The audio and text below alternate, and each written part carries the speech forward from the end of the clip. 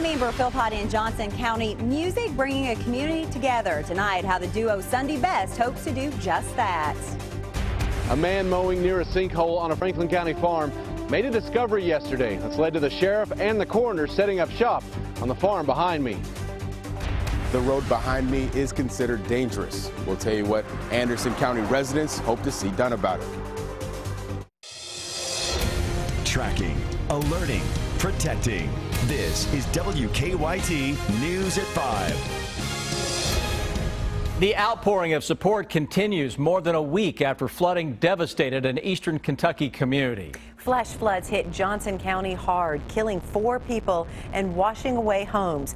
Tonight, the victims will receive help from a group with a special connection to the area. WKYT's Amber Philpott is live in Johnson County to show us what's happening. Good afternoon, Amber.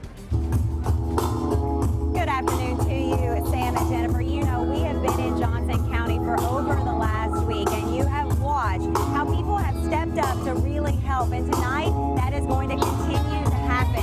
In just 2 hours, this area behind me will be full of folks, all of them to hear the country music duo Sunday Best. And there's 2 guys that make up Sunday Best. They're born and bred right here in eastern Kentucky, and they took time out of a very busy schedule to come here and give a free concert with so much meaning behind it.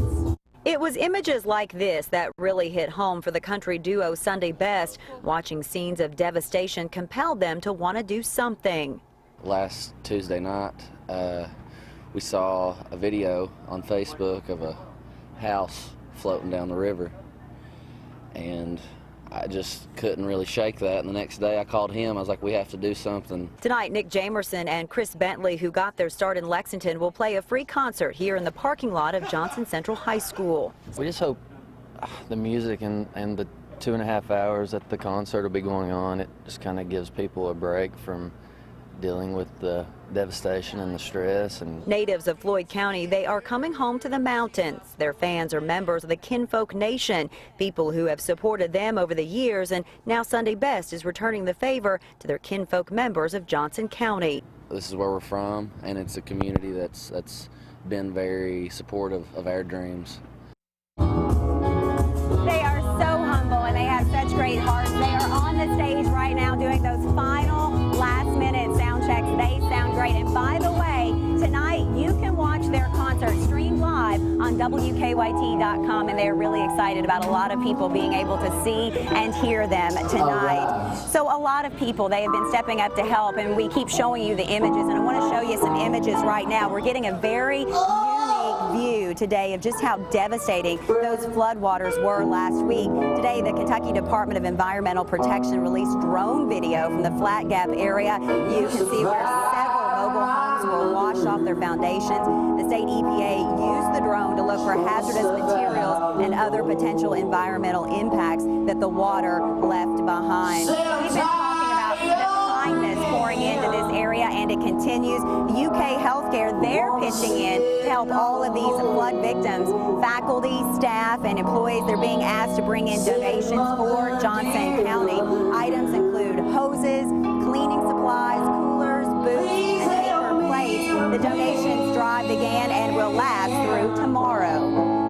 It might be far away from most people here in Lexington, but it's at the heart for me because Eastern Kentucky is still my home. Even though I've lived down here in Lexington for the past 2 years, Eastern Kentucky is my home. So I want to be able to make an impact of any sort to help.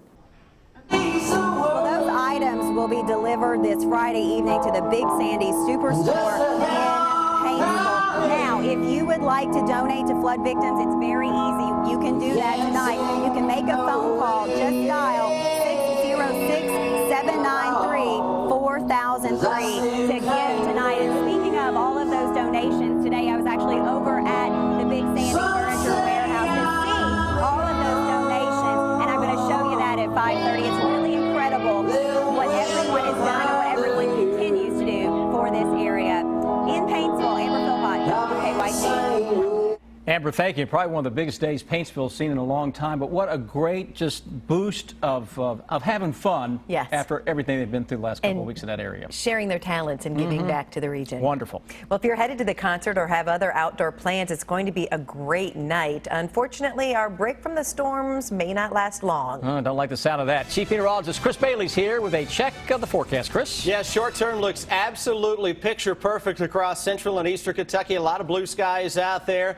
A little bit of cloud cover southern Kentucky where some sprinkles already beginning to develop. Maybe an out-and-out shower or two. Live sky cam in Lexington, mix of sun and clouds. That is it perfectly, though more clouds will show up on the scene later tonight. Those temperatures this afternoon, upper 70s to low 80s across the entire area. Beautiful weather. Now we get into Defender and look at what we are tracking. Talked about this yesterday. Southern Kentucky, you had a shot of seeing a scattered shower thunderstorm today, and boy, we're getting in on at least a couple of raindrops here from sections of Knox County back toward the Lake Cumberland area.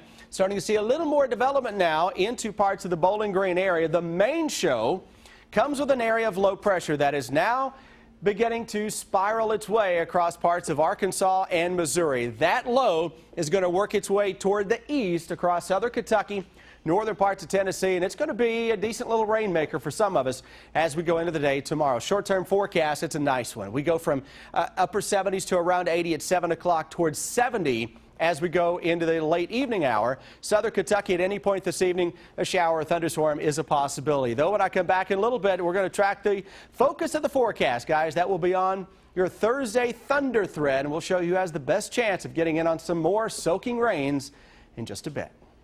Thank you, Chris. A disturbing discovery for a man out mowing the grass. He found a skull in a sinkhole. Investigators spent the day at the site at Knoll Creek Farm on Jones Lane just outside Frankfort. They're trying to figure out whose skull it is and how it got there. WKYT's Victor Puente is tracking the investigation. Those investigators left about an hour ago. The sheriff told us they'd collected everything they needed and said they wouldn't be returning to this farm. The skull was spotted yesterday by a worker here at Knoll Creek Farm who was mowing around a sinkhole that opened up near the end of the winter. He came up to the house and said, "There's a human skull in there," and I didn't know what to think, actually. I was a little taken aback by that. Dan Liebman lives on the farm. He called police, who began their investigation this morning. We are working this case as if it is a homicide scene. That way we preserve any evidence that's there. Along with the skull, Melton says they found other skeletal remains that they had to bring in special equipment to collect. This will be very, very slow work, just due to the nature of what we have and where it's at. All of those remains were taken to the coroner's office. Melton said it could be some time before they identify where they came from, if they can identify them. I'll be as interested or more interested than anyone else to know what they find. Liebman told me there have been Native American artifacts found on this property. He also said there's a cemetery on the other side of the farm. Sheriff Melton said it's possible this skull is hundreds of years old. In Franklin County, Victor Puente, WKYT. There's a spring beneath the sinkhole, and Sheriff Melton said they were worried about the remains falling into it. They say it's a dangerous stretch of road and they want it fixed before it's too late. Part of Grafenberg Road in Anderson County has seen dozens of crashes the past few years. WKYT Sam Smith shows us what one official wants to see done to solve the problem. That story's new at 5. This is a sight folks along Grafenberg Road are used to seeing. In fact, they're used to hearing it too. I've heard so many, I can tell whether it's a big truck or if it's a pickup truck or it's a car.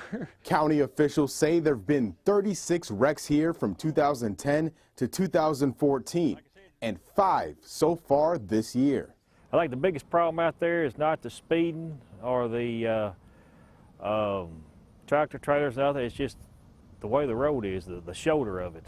The shoulder is pretty much non-existent, and there's a steep drop-off. And then once they get off, they can't get back on. Officials say despite all of the wrecks that have happened here, there have been no fatalities. Magistrate David Montgomery and lifelong Alton resident Jerry Hughes hope to see the shoulder expanded or to see guardrails installed. Hughes says the potential of another vehicle leaving the roadway is frightening. That's been a worry for a long time, and I got 3 kids and a couple of neighbors, and none of us know to let our kids play in the front yard. We make sure they all go in the backyard because we always worried somebody going to run off and while the kids are out there playing. It's just a mess. It's just an ongoing thing, and before long it's going to take out both them houses and it's going to kill somebody. In Anderson County, Sam Smith, WKYT. Anderson County officials say they have been in contact with the transportation cabinet about making changes to that road. County leaders are waiting to see what is decided. Can't wait for the start of football. You know, when the Cats kick off the upcoming football season, they will do it in a new and improved stadium. Crews have been working hard all summer to finish renovations at Commonwealth. WKYT's Rob Bromley got a sneak peek of the changes this afternoon. Ever since last season ended, construction crews have been hard at work transforming this facility into what will really be, to a great extent, a new venue. It is a dramatic change. New loge and club seating, new suites have been added, a new press box is high above the stadium. The field is down, it's a new synthetic surface, and a recruiting room is going in, just above the new entrance where the Wildcats will take the field. Yeah, you know, I stress about things anyway, so we got so many people doing their job, and that's all we're asking. And the contractors are committed.